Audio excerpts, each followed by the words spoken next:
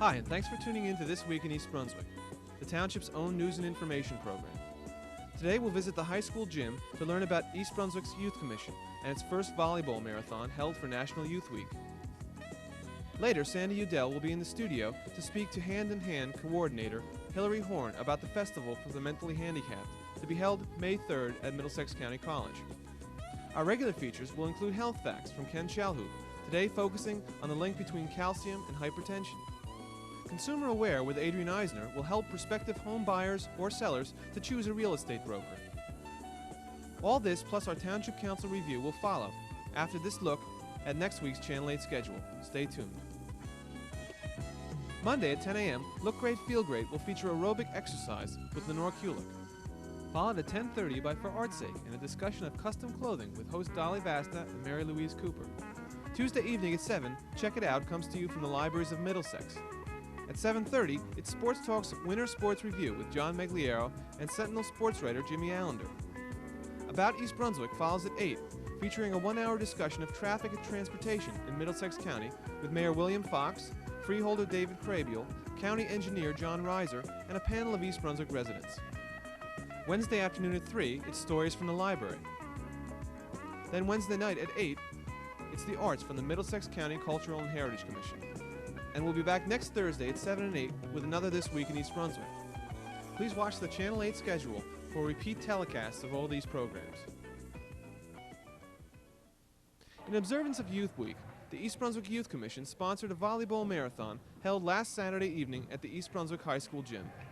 Now let's join Edith Gutman, Youth Commission chairperson at the high school. This week, April 4th to April 12th, has been proclaimed East Brunswick Youth Services Week. It's the first time in the history of East Brunswick that we've had a Youth Week, and the Civic Center Way has been renamed East Brunswick Youth Way for this time. We had a meeting on Tuesday night, which included representatives of the Police Department, DIFAS, Division of Youth and Family Services, parents, teachers, and students. And we had a student speak out to talk about what is needed in East Brunswick.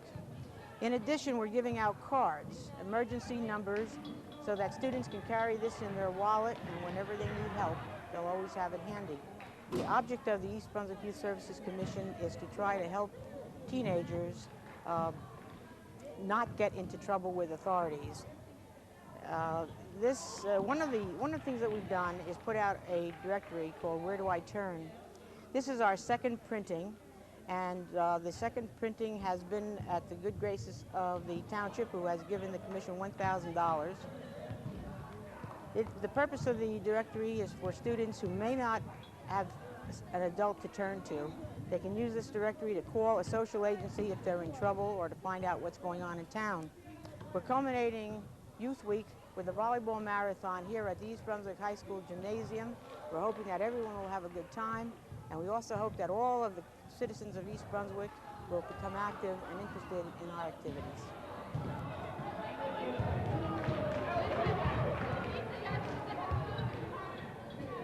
Miles Herman, a student at East Brunswick High School, was involved in the planning of the volleyball marathon. I see the Youth Commission as a way for students to get involved. In East Brunswick in the past, there really hasn't been much youth activity. I got involved because I felt that there really was not enough youth involvement in activities in the town. A couple of students and myself are interested, and we approached the Youth Commission, and we started planning with the committee how we could start youth improvement of social activity. Our first idea was a volleyball marathon to be sponsored this week during Youth Week. In the future, we'll be planning many more activities like this. If the social club does work out next year, we should be able to have buses transport students maybe to sports games, school sports games that are to other schools, and maybe even Broadway plays in New York. Social activity can be increased if students show an interest, if parents show an interest. Let's play volleyball!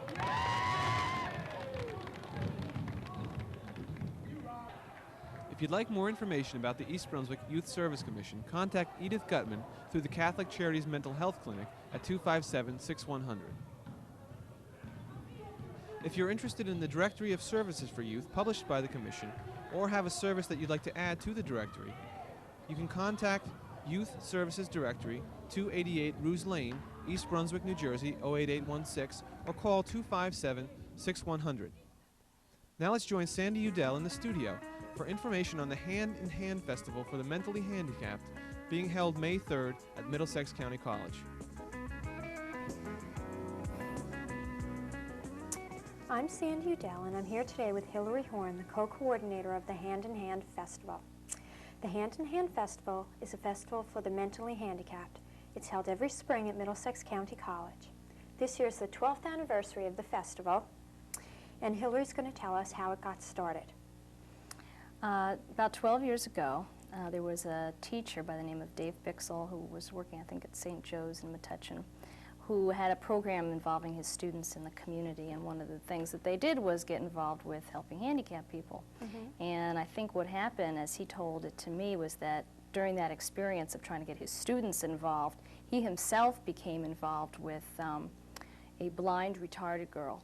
And over the course of several weeks that they were involved in the project, basically fell in love with her and realized that he was learning more from her than she was really learning from him. You know, he was a teacher and was in that frame of mind as I'm going to figure out how I'm going to teach this disabled youngster, and came away from that experience realizing that we all have a lot to learn from them. And he and another teacher got together and started the first festival, which was quite small at the campus of St. Joe's, to enable the handicapped to come for a really fun day, but more important for the volunteers to come and share their day with a handicapped person on a one-to-one basis. And so it becomes a real mutual learning experience. And each year Hand in Hand has grown. And now we look at thousands of guests that are invited to come.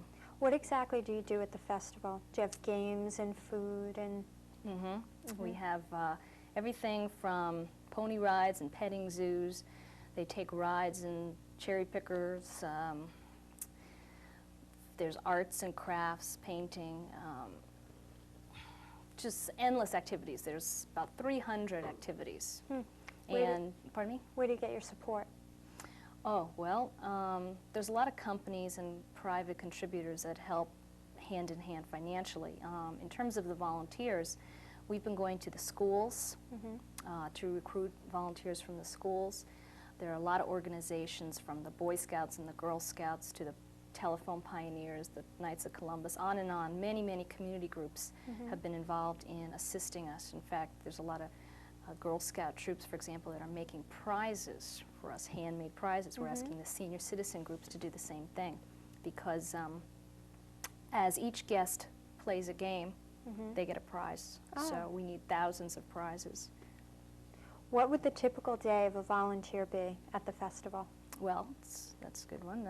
They come, many of them by bus or with their families, are dropped off and are met by their friend for the day. And that volunteer has a name tag, and the guest has a name tag which has all relevant information that you would need to know about them, what bus they came on, their dietary or medical needs. We have a hospital set up there to deal with any drug needs that the guests may have. We have special diets if the guest can't have our regular Burger King food that Burger King is supplying every year. They've been really fantastic, feeding up to 15,000 people at these festivals. And so that will tell you if they can eat, you know, which foods they can and cannot eat. And then you just take them around and basically do whatever they want to do. It's their day for fun, and it's your job to make sure they have a good time and share it with them. Who runs the festival? It's all volunteers. All volunteers? There's dozens of volunteers right now in all different committees on activities, food, volunteer recruitment, publicity. Every aspect of the festival has a volunteer committee that's working very hard to put this together right now. But it all becomes possible when the thousands of volunteers who will be the friends for the day come to the campus and make all of our work successful. Because if we don't have enough volunteers, there's going to be a lot of unhappy people waiting on buses to get off and run around the campus, and they're not going to have any friends to meet them. So we really need more people to come and be volunteers on May 3rd. If there's a child, if there's a family that has a mentally handicapped child, how would they get in touch with you to say, we want to participate? All they have to do is show up on the 3rd? They should call our office first. We ask them to submit a permission slip ahead of time, and we would probably send them a badge in the mail so that they would be prepared when they came, and give them some other information, but they could just call our office. And the same with the volunteers, if anybody wants to volunteer? Hand in Hand is still looking for volunteers for their May 3rd festival. If interested, please call their office at 574-3300.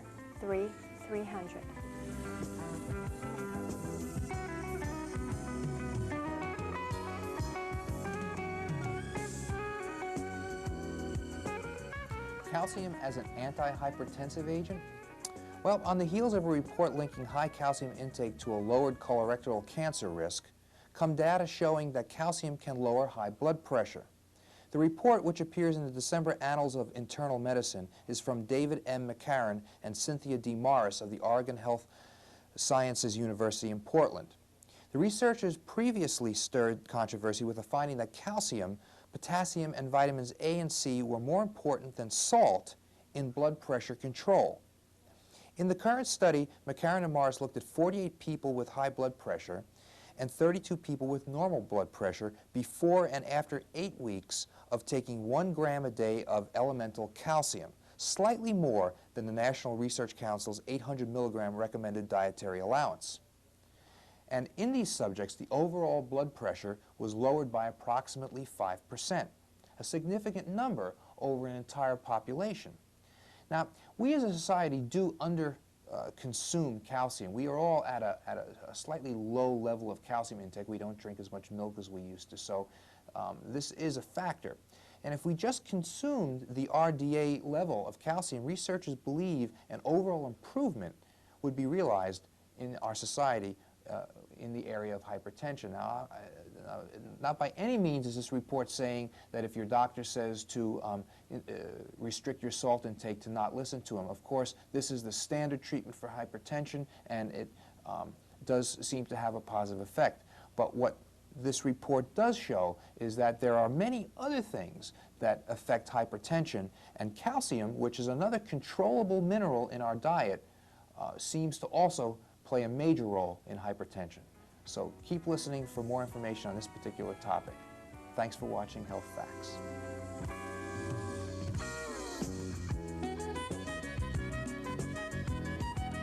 Hello, and welcome to Consumer Aware. I'm Adrienne Eisner, Director of the East Brunswick Consumer Affairs Office. If you are selling or buying a home, you may want to consider using a real estate broker. Although you are not required to use a broker, many consumers do. The following information may help you decide whether you want to work with one, and if you do, what services and terms you may want to arrange. You can find real estate brokers through friends, advertisements, and the Yellow Pages. Before selecting a real estate broker to help sell your home, you first may want to interview brokers from several firms. At an initial meeting with each broker, you may want to ask these questions. What are the current asking and sales prices for homes that are comparable to mine? What sales price do you suggest for my home, and why?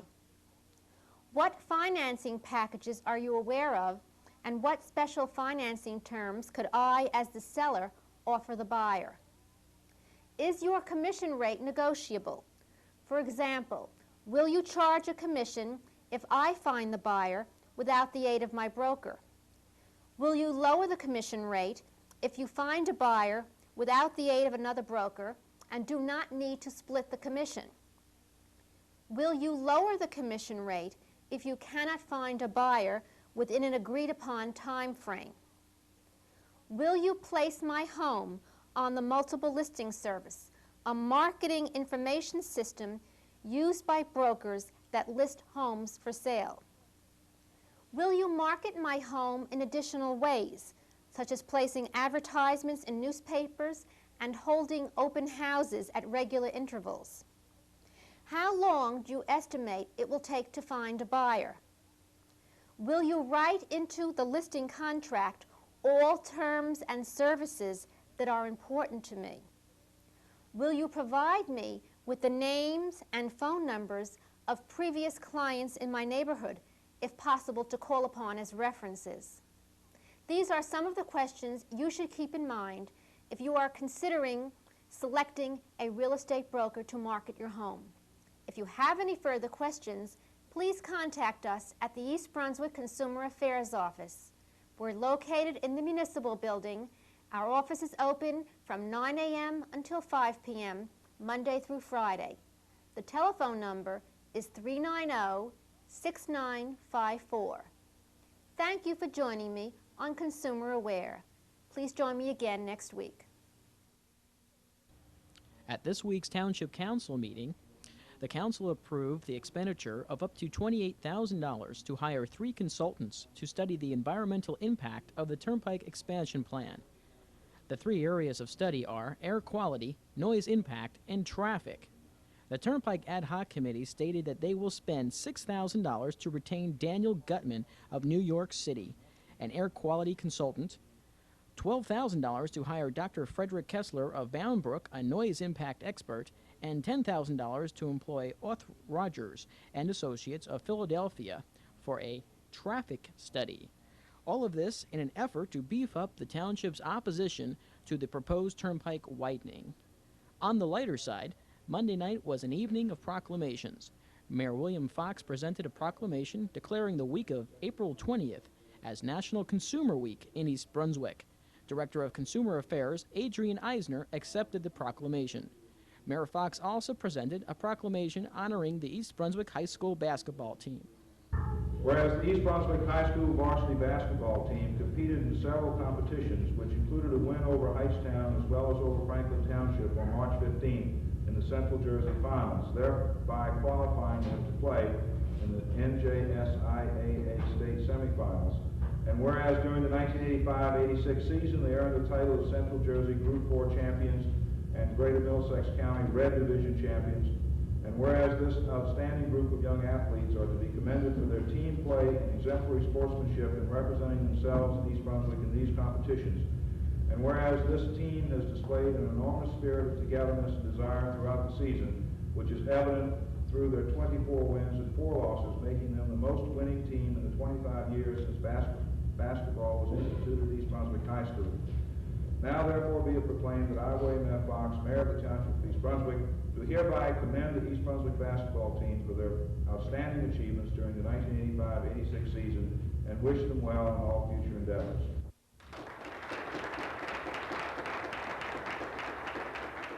Mayor Fox also awarded a letter of commendation to East Brunswick High School senior Darren Schulman, New Jersey State wrestling champion in the 123-pound weight class. It's been brought to my attention on March 15th you captured the New Jersey State Championship wrestling title in the 123-pound weight class. I would like to extend my congratulations to you for this outstanding achievement and commend you for your fine spirit and sportsmanship in representing East Brunswick in this and the many other competitions in which you participated.